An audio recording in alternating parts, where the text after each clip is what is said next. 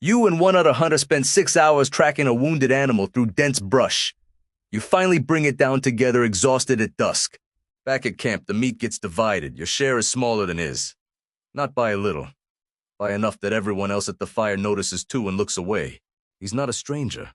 This is someone you've hunted beside for years.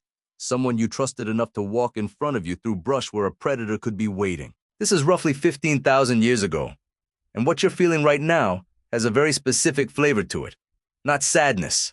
Something sharper, hotter, harder to sit still inside of. That feeling has a name, and it is not the same feeling as loss. Here's the distinction almost nobody draws correctly because English uses similar language for both. When something is taken from you by chance, an animal escapes a storm, ruins the harvest you grieve. When something is taken from you by someone who was supposed to be on your side, you don't just grieve. You want them to pay for it. That second feeling specifically is what evolutionary psychologists have spent decades trying to explain. Why would your mind have a completely separate, more intense response, reserved just for harm, that comes from an ally? The answer starts with two researchers who fundamentally changed how scientists think about human reasoning itself. Psychologists Leda Cosmides and Tooby at the University of California, Santa Barbara ran a series of experiments in the 1990s using a classic logic puzzle called the Wason selection task. In its abstract form, involving letters and numbers on cards, most people perform terribly on it. Fewer than a quarter solve it correctly. But Cosmides and Tooby noticed something strange. Reframe the exact same logical structure as a social rule, specifically a rule about who's cheating on an agreement, and performance nearly triples. Suddenly, most people solve it easily. Read that again. The human brain isn't bad at logic in general. It's bad at abstract logic, and remarkably specifically good at one narrow category, catching someone who broke a deal. Cosmides and Tooby's conclusion reshaped the field. They argued this wasn't a coincidence. It was evidence of a dedicated cognitive tool sharpened by evolution, specifically for one job: detecting cheaters in cooperative relationships. Not general intelligence. A specialized alarm system built because the cost of missing a cheater again and again across a lifetime was catastrophic. Sit with that. Your brain didn't evolve a generic truth detector. It evolved something closer to a betrayal detector, and it's sharper than almost anything else your mind does. That's the first piece. The second piece explains why catching the cheater was never the end of the story. Economists Ernst Fehr and Simon Gächter at the University of Zurich ran an experiment in the early 2000s that measured something researchers hadn't fully quantified before: how far people will go to punish someone who's cheated the group, even when punishing them costs the punisher something real with zero chance of getting that cost back. Participants played an economic game where they could contribute to a shared pool, and where some players would inevitably contribute less than their fair share. While still benefiting from everyone else's contribution, cheaters essentially built into the game structure.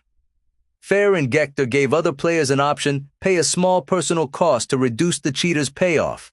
People used it constantly, not occasionally. Not only when it was free, even when punishing the cheater cost them real money they'd never see again, a large majority of participants paid it anyway. Economists call this altruistic punishment, and on paper it makes no rational sense. You're spending your own resources for a return of exactly nothing, beyond the satisfaction of the cheater losing something too. And yet it shows up reliably across culture after culture whenever researchers look for it. Think about what that means for the meat divided unevenly back at camp. The rage you'd feel isn't a bug in an otherwise rational system.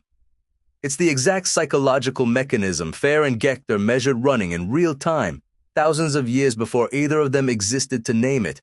If catching cheaters and wanting to punish them were the whole story, this would already be a strange enough system. But there's a third piece of evidence showing your brain treats betrayal as something categorically different from ordinary bad luck at the level of the tissue itself. Neuroscientists Brooks Kinkazis and Red Montague, working with colleagues at Baylor College of Medicine, used an economic exchange called a trust game while scanning participants' brains in real time. Two strangers exchanged money back and forth, each choosing how much to trust the other with round after round. Betrayal in this setup didn't just register as a loss of money. It triggered activity in brain regions associated with disgust and social pain, distinct from the regions that light up for simple financial loss. Your brain watching someone violates a cooperative agreement doesn't file it under bad outcome. It files it under something closer to contamination. The researchers found something else worth noting. This distinct disgust and social pain signature showed up specifically when the other player had a choice and chose to betray. When a loss happened for reasons clearly outside anyone's control, that same neural signature simply didn't appear. Your brain, it turns out, is keeping careful track of intent, not just outcome, which is exactly why an honest mistake from a friend feels nothing like a deliberate betrayal, even when the practical damage is identical. You've probably assumed, if you've ever felt embarrassed by how disproportionately furious a betrayal made you feel, that the intensity was some kind of overreaction. A sign you needed to let it go faster, be more rational about it, take the loss and move on, like an adult. That assumption gets the machinery exactly backwards. The rage wasn't malfunctioning. It was Cosmides and Tooby's cheater detection system firing correctly, Fehr and Gächter's punishment instinct demanding its very real evolutionary payment, and King Casas and Montague's disgust circuitry treating the violation as something closer to poison than to misfortune, all three systems working in exact concert precisely as designed. Here's the twist that reframes the whole question this video opened with. Betrayal was never supposed to just hurt. It was built to hurt in a specific way that makes you want to act publicly, visibly, in a way the rest of the group could witness. Because in a small tribal band where your survival depended on everyone honoring the same unspoken deals, a cheater who got away with it quietly wasn't just your problem. Left unpunished, they'd become everyone's problem again and again, until the whole cooperative structure the group depended on for survival started to rot from the inside. Your fury was never really private. It was a signal aimed outward at everyone still watching the fire. Think about the last time a friend, a coworker or a partner, did something that felt less like an accident and more like a choice made at your expense. Credit for your work. Quietly claimed a confidence you shared, turned into gossip, a promise made carelessly and broken without a second thought. Notice how different that felt from an equivalent loss that was nobody's fault. The heat, the specific desire for the other person to know exactly what they did. The difficulty simply getting over it. The way you might get over bad weather ruining your plans. That difference in feeling is not a coincidence, and it's not a character flaw. It's Cosmides and Tooby's ancient alarm system, still fully operational, still doing exactly the job it was built for. None of this means every grudge deserves acting on, or that modern punishment always fits the crime the way it might have around a 15,000-year-old fire.